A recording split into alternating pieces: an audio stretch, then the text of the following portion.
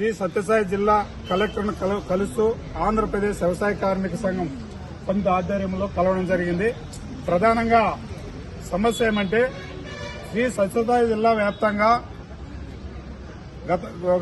మార్చి నెల నుంచి ఆగస్టు వరకు మహిళలకు ఉచిత మిషన్లు ఇస్తామని చెప్పి, సర్టిఫికేట్లు ఇస్తామని చెప్పి, సబ్సిడీ రుణాలు ఇస్తామని చెప్పినటువంటి ప్రభుత్వం వాళ్లకు పూర్తిగా 4 నెలల పాటు ట్రైనింగ్ ఇచ్చి వాళ్ళకి ఈరోజు ట్రైనింగ్ ఇచ్చిన అధికారులు కావచ్చు, అక్కడ ఉన్నటువంటి ప్రజాప్రతినిధులు కావచ్చు, ఎమ్మెల్యేలు కావచ్చు, ఎవరు దాదాపు అంటే జిల్లా వ్యాప్తంగా 70 సెంటర్లు పెట్టారు. 70 సెంటర్లకు 9,000 మందికి ట్రైనింగ్ ఇచ్చారు.